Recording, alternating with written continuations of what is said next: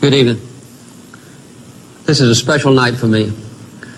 Exactly 3 years ago, on July 15th, 1976, I accepted the nomination of my party to run for President of the United States. I promised you a president who is not isolated from the people, who feels your pain and who shares your dreams, and who draws his strength and his wisdom from you. During the past 3 years, I've spoken to you on many occasions about national concerns, the energy crisis, reorganizing the government, our nation's economy, and issues of war, and especially peace. But over those years, the subjects of the speeches, the talks, and the press conferences have become increasingly narrow, focused more and more on what the isolated world of Washington thinks is important. Gradually, you've heard more and more about what the government thinks, or what the government should be doing, and less about our nation's hopes, our dreams, and our vision of the future. 10 days ago, I had planned to speak to you again about a very important subject, energy. For the 5th time, I would have described the urgency of the problem and laid out a series of legislative recommendations to the Congress. But as I was preparing to speak, I began to ask myself the same question that I now know has been troubling many of you. Why have we not been able to get together as a nation to resolve our serious energy problem? It's clear that the true problems of our nation are much deeper than gasoline lines or energy shortages, deeper even than inflation or recession. And I realize more than ever that as president, I need your help. So I decided to reach out and to listen to the voices of America. I invited to Camp David people from almost every segment of our society, business and labor, teachers and preachers, governors, mayors, and private citizens. And then I left Camp David to listen to other Americans, men and women like you. It has been an extraordinary 10 days. And I want to share with you what I've heard. First of all, I got a lot of personal advice.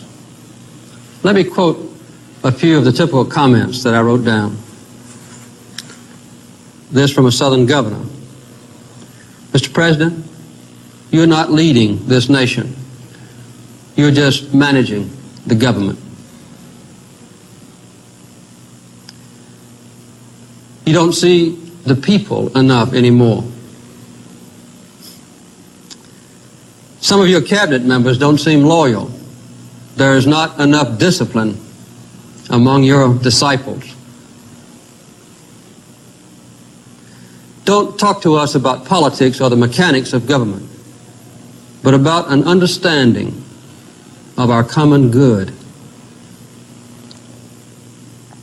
Mr. President, we are in trouble. Talk to us about blood and sweat and tears. If you lead, Mr. President, we will follow.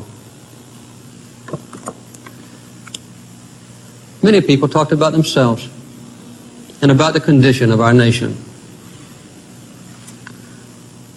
This from a young woman in Pennsylvania. I feel so far from government. I feel like ordinary people are excluded from political power.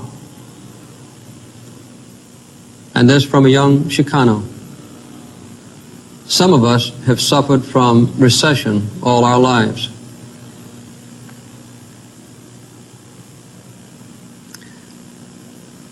Some people have wasted energy, but others haven't had anything to waste. And this from a religious leader.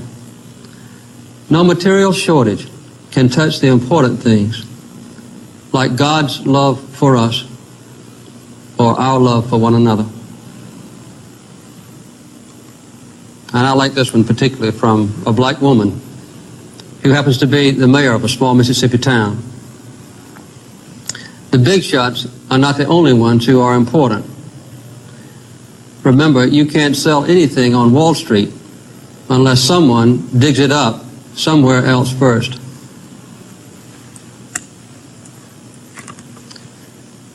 This kind of summarized a lot of other statements. Mr. President, we are confronted with a moral and a spiritual crisis. Several of our discussions were on energy, and I have a notebook full of comments and advice. I'll read just a few.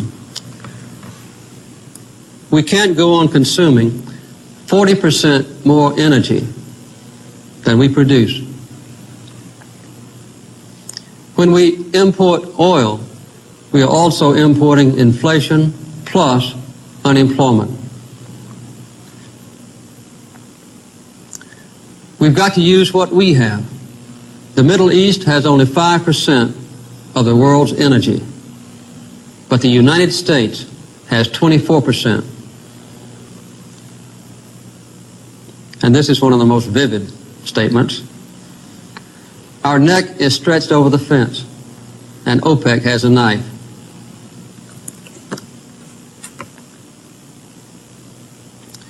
There will be other cartels and other shortages. American wisdom and courage right now can set a path to follow in the future. This was a good one. Be bold, Mr. President. We may make mistakes, but we are ready to experiment.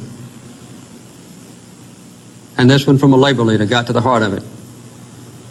The real issue is freedom. We must deal with the energy problem on a war footing.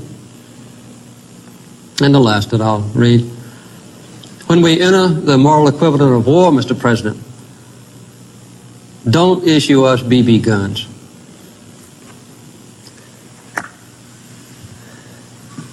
These 10 days confirmed my belief in the decency and the strength and the wisdom of the American people. But it also bore out some of my long-standing concerns about our nation's underlying problems. I know, of course, being president, that government actions and legislation can be very important. That's why I've worked hard to put my campaign promises into law. And I have to admit, with just mixed success. But after listening to the American people, I have been reminded again that all the legislation in the world can't fix what's wrong with America. So I want to speak to you first tonight about a subject even more serious than energy or inflation. I want to talk to you right now about a fundamental threat to American democracy. I do not mean our political and civil liberties. They will endure. And I do not refer to the outward strength of America, a nation that is at peace tonight everywhere in the world, with unmatched economic power and military might. The threat is nearly invisible in ordinary ways. It is a crisis of confidence. It is a crisis that strikes at the very heart and soul and spirit of our national will. We can see this crisis in the growing doubt about the meaning of our own lives and in the loss of a unity of purpose for our nation. The erosion of our confidence in the future is threatening to destroy the social and the political fabric of America. The confidence that we have always had as a people is not simply some romantic dream or a proverb in a dusty book that we read just on the 4th of July. It is the idea which founded our nation and has guided our development as a people. Confidence in the future has supported everything else. Public institutions and private enterprise, our own families, and the very Constitution of the United States. Confidence has defined our course and has served as a link between generations. We've always believed in something called progress. We've always had a faith that the days of our children would be better than our own. Our people are losing that faith, not only in government itself, but in the ability as citizens to serve as the ultimate rulers and shapers of our democracy. As a people, we know our past, and we are proud of it. Our progress has been part of a living history of America, even the world. We always believed that we were part of a great movement of humanity itself called democracy, involved in the search for freedom. And that belief has always strengthened us in our purpose. But just as we are losing our confidence in the future, we are also beginning to close the door on our past. In a nation that was proud of hard work, strong families, close-knit communities, and our faith in God, too many of us now tend to worship self-indulgence and consumption. Human identity is no longer defined by what one does, but by what one owns. But we've discovered that owning things and consuming things does not satisfy our longing for meaning. We've learned that piling up material goods cannot fill the emptiness of lives which have no confidence or purpose. The symptoms of this crisis of the American spirit are all around us. For the first time in the history of our country, a majority of our people believe that the next 5 years will be worse than the past 5 years. 2/3 of our people do not even vote. The productivity of American workers is actually dropping. And the willingness of Americans to save for the future has fallen below that of all other people in the Western world. As you know, there is a growing disrespect for government and for churches and for schools, the news media, and other institutions. This is not a message of happiness or reassurance, but it is the truth, and it is a warning. These changes did not happen overnight. They've come upon us gradually over the last generation. Years that were filled with shocks and tragedy. We were sure that ours was a nation of the ballot, not the bullet, until the murders of John Kennedy and Robert Kennedy and Martin Luther King Jr. We were taught that our armies were always invincible and our causes were always just, only to suffer the agony of Vietnam. We respected the presidency as a place of honor until the shock of Watergate. We remember when the phrase "sound as a dollar" was an expression of absolute dependability, until 10 years of inflation began to shrink our dollar and our savings. We believed that our nation's resources were limitless until 1973, when we had to face a growing dependence on foreign oil. These wounds are still very deep. They have never been healed. Looking for a way out of this crisis, our people have turned to the federal government and found it isolated from the mainstream of our nation's life. Washington, D.C. has become an island. The gap between our citizens and our government has never been so wide. The people are looking for honest answers, not easy answers. Clear leadership, not false claims and evasiveness and politics as usual. What you see too often in Washington and elsewhere around the country is a system of government that seems incapable of action.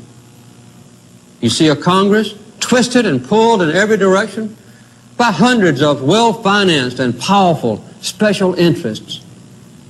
You see every extreme position defended to the last vote, almost to the last breath, by one unyielding group or another. You often see a balanced and a fair approach that demands sacrifice, a little sacrifice from everyone, abandoned like an orphan, without support and without friends. Often you see paralysis and stagnation and drift. You don't like it, and neither do I. What can we do? First of all, we must face the truth, and then we can change our course. We simply must have faith in each other, faith in our ability to govern ourselves, and faith in the future of this nation. Restoring that faith and that confidence to America is now the most important task we face. It is a true challenge of this generation of Americans. One of the visitors to Camp David last week put it this way: we've got to stop crying and start sweating. Stop talking and start walking. Stop cursing and start praying. The strength we need will not come from the White House, but from every house in America.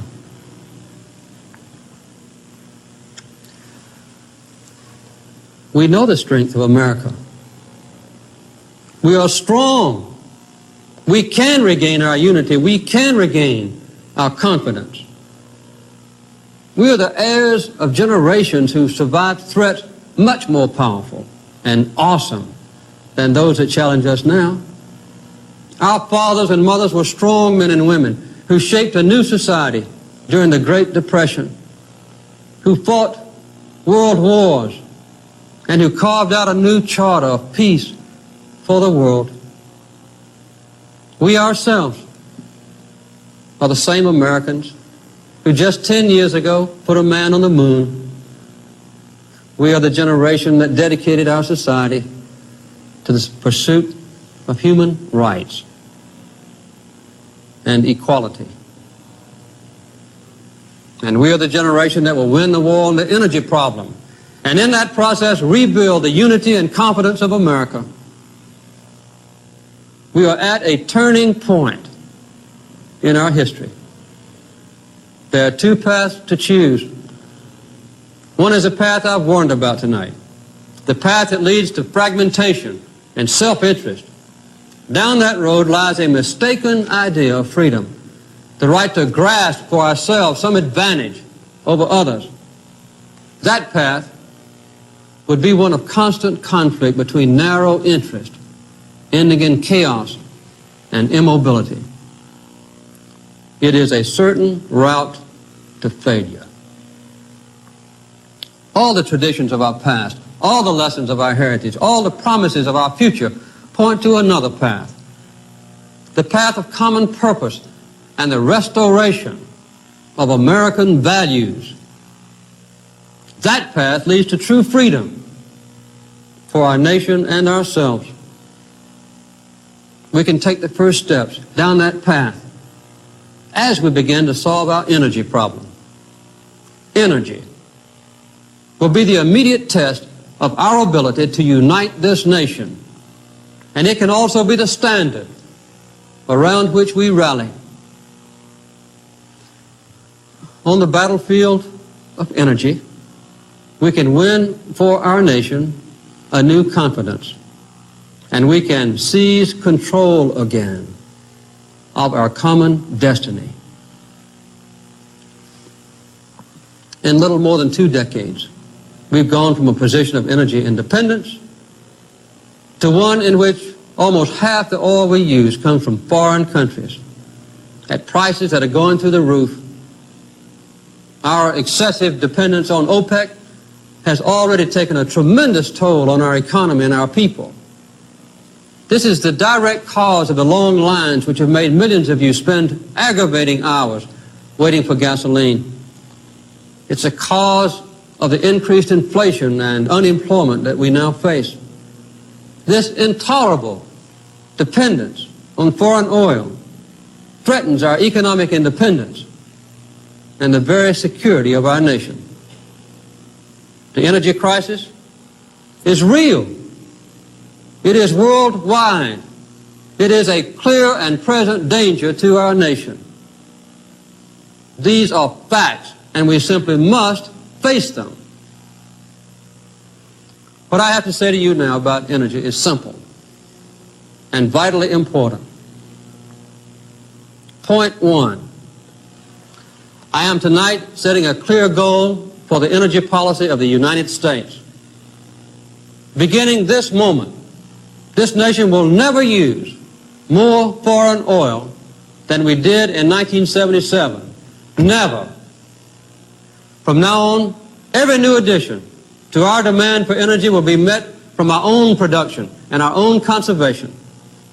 The generation-long growth in our dependence on foreign oil will be stopped dead in its tracks right now,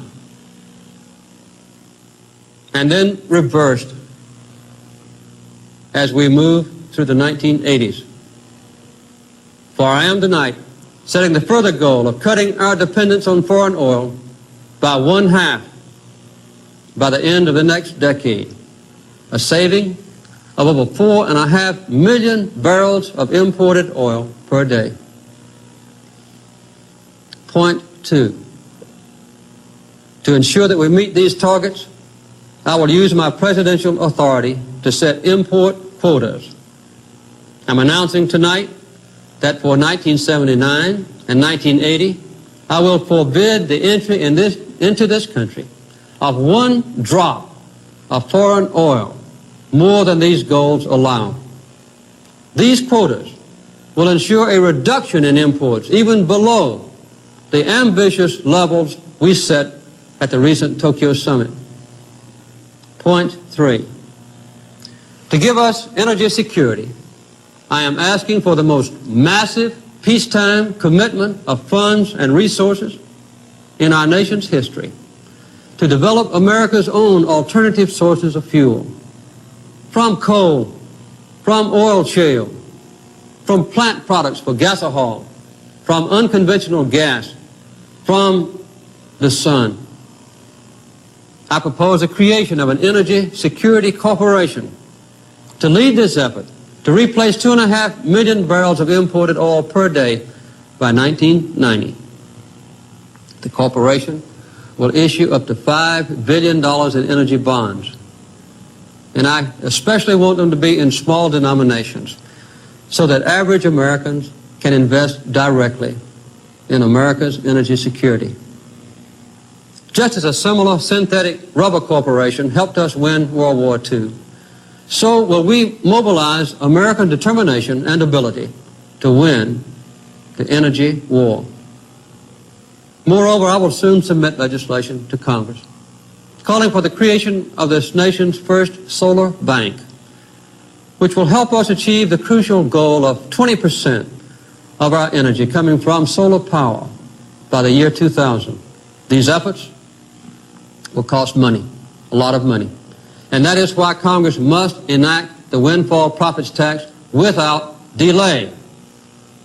It will be money well spent, unlike the billions of dollars that we ship to foreign countries to pay for foreign oil. These funds will be paid by Americans to Americans.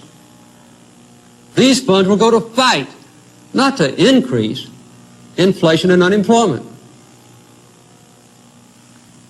Point 4, I'm asking Congress to mandate, to require as a matter of law, that our nation's utility companies cut their massive use of oil by 50% within the next decade and switch to other fuels, especially coal, our most abundant energy source.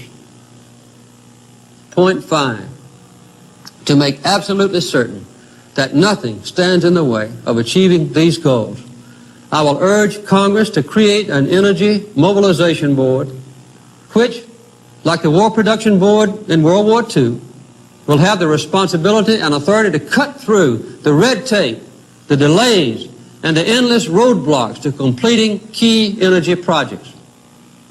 We will protect our environment. But when this nation critically needs a refinery or a pipeline, we will build it. Point 6, I'm proposing a bold conservation program to involve every state, county, and city, and every average American in our energy battle. This effort will permit you to build conservation into your homes and your lives at a cost you can afford. I ask Congress to give me authority for mandatory conservation and for standby gasoline rationing. To further conserve energy, I'm proposing tonight an extra $10 billion over the next decade to strengthen our public transportation systems. And I'm asking you, for your good and for your nation's security, to take no unnecessary trips, to use carpools or public transportation whenever you can, to park your car 1 extra day per week, to obey the speed limit, and to set your thermostats to save fuel. Every act of energy conservation like this is more than just common sense. I tell you, it is an act of patriotism. Our nation must be fair to the poorest among us. So we will increase aid to needy Americans to cope with rising energy prices. We often think of conservation only in terms of sacrifice. In fact, it is the most painless and immediate way of rebuilding our nation's strength. Every gallon of oil each one of us saves is a new form of production. It gives us more freedom, more confidence, that much more control over our own lives. So the solution of our energy crisis can also help us to conquer the crisis of the spirit in our country. It can rekindle our sense of unity, our confidence in the future, and give our nation and all of us individually a new sense of purpose. You know we can do it. We have the natural resources. We have more oil in our shale alone than several Saudi Arabias. We have more coal than any nation on earth. We have the world's highest level of technology. We have the most skilled workforce with innovative genius. And I firmly believe that we have the national will to win this war. I do not promise you that this struggle for freedom will be easy. I do not promise a quick way out of our nation's problems, when the truth is that the only way out is an all-out effort. What I do promise you is that I will lead our fight, and I will enforce fairness in our struggle, and I will ensure honesty, and above all, I will act. We can manage the short-term shortages more effectively, and we will. But there are no short-term solutions to our long-range problems. There is simply no way to avoid sacrifice. 12 hours from now, I will speak again in Kansas City to expand and to explain further our energy program. Just as the search for solutions to our energy shortages has now led us to a new awareness of our nation's deeper problems. So our willingness to work for those solutions in energy can strengthen us to attack those deeper problems. I will continue to travel this country to hear the people of America. You can help me to develop a national agenda for the 1980s. I will listen and I will act. We will act together. These were the promises I made 3 years ago, and I intend to keep them. Little by little, we can and we must rebuild our confidence. We can spend until we empty our treasuries, and we may summon all the wonders of science, but we can succeed only if we tap our greatest resources: America's people, America's values, and America's confidence. I have seen the strength of America in the inexhaustible resources of our people. In the days to come, let us renew that strength in the struggle for an energy-secure nation. In closing, let me say this. I will do my best, but I will not do it alone. Let your voice be heard. Whenever you have a chance, say something good about our country. With God's help and for the sake of our nation, it is time for us to join hands in America. Let us commit ourselves together to a rebirth of the American spirit, working together with our common faith. We cannot fail. Thank you